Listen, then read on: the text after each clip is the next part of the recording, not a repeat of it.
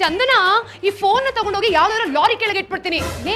ಯಾಕೆ ಅಷ್ಟೊಂದು ವೈಲೆಂಟ್ ಆಗ್ಬಿಟ್ಟಿದ್ಯಾ? ಮತ್ತಿನ್ನೇನು ನಿನಗ್ ಗೊತ್ತಿಲ್ಲ, ನನ್ನನ್ನ ಯಾರೋ ಟ್ರ್ಯಾಕ್ ಮಾಡ್ತಾ ಇದಾರೆ. ಆಂಜನೇಯ, ನಿನ್ನ ಭಕ್ತರನ್ನ ಎಂಥ ಸಂಕಷ್ಟದಲ್ಲಿ ಸಿಕ್ಕಿಸ್ತೀಯಪ್ಪ ನೀನು. ನಾನು ಎಲ್ಲಿ ಹೋಗ್ತೀನಿ, ಏನನ್ನ ತಿಂತೀನಿ, ಯಾರನ್ನ ಮೀಟ್ ಮಾಡಕ್ ಹೋಗ್ತೀನಿ, ಪ್ರತಿಯೊಂದನ್ನು ಯಾರೋ ಟ್ರ್ಯಾಕ್ ಮಾಡ್ತಿದ್ದಾರೆ.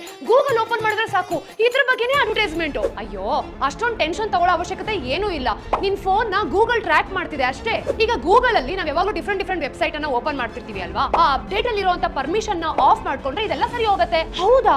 ಏನ್ ಮಾಡ್ಬೇಕು ಹೇಳು? ಏನಿಲ್ಲ, ವೆರಿ ಸಿಂಪಲ್. ಗೂಗಲ್ ಕ್ರೋಮ್ ನ ಓಪನ್ ಮಾಡ್ಬೇಕು. ರೈಟ್ ಸೈಡ್ ಅಲ್ಲಿ 3 ಡಾಟ್ಸ್ ಕಾಣುತ್ತೆ ಅಲ್ವಾ? ಅದನ್ನ ಓಪನ್ ಮಾಡಿದ ತಕ್ಷಣ ಕೆಳಗಡೆ ಸೆಟ್ಟಿಂಗ್ಸ್ ಅಂತ ಕಾಣುತ್ತೆ, ಅದನ್ನ ಕ್ಲಿಕ್ ಮಾಡ್ಬೇಕು. ಅಲ್ಲಿ ಟ್ರ್ಯಾಕ್ ಮಾಡಿದ ತಕ್ಷಣ ಆಲ್ ಸೈಟ್ಸ್ ಅಂತ ಒಂದು ಆಪ್ಷನ್ ಇದೆಯಲ್ವಾ, ಇದನ್ನ ಕ್ಲಿಕ್ ಮಾಡು. ಕ್ಯಾಮ್ರಾ, ಮೈಕ್ರೋಫೋನ್, ಗೂಗಲ್ ಮ್ಯಾಪ್ಸ್, ಹೀಗೆ ಯಾವ ವೆಬ್ಸೈಟ್ ಗೆಲ್ಲ ಆಕ್ಸೆಸ್ ನ ಕೊಟ್ಟಿದ್ಯೋ ಅದನ್ನ ಆಫ್ ಮಾಡ್ಬೇಕು. ಇನ್ನೂ ಸ್ವಲ್ಪ ಕೆಳಗಡೆ ಬಂದ್ರೆ ಡೇಟಾ ಸ್ಟೋರ್ಡ್ ಅಂತ ಇನ್ನೊಂದು ಆಪ್ಷನ್ ಇದೆ. ಸೊ ಇಲ್ಲಿ ನೀನು ಯಾವ್ದು ಡೇಟಾ ಕೊಟ್ಟಿದ್ಯಾ ಅಂತಾನು ಕೂಡ ಕಾಣುತ್ತೆ.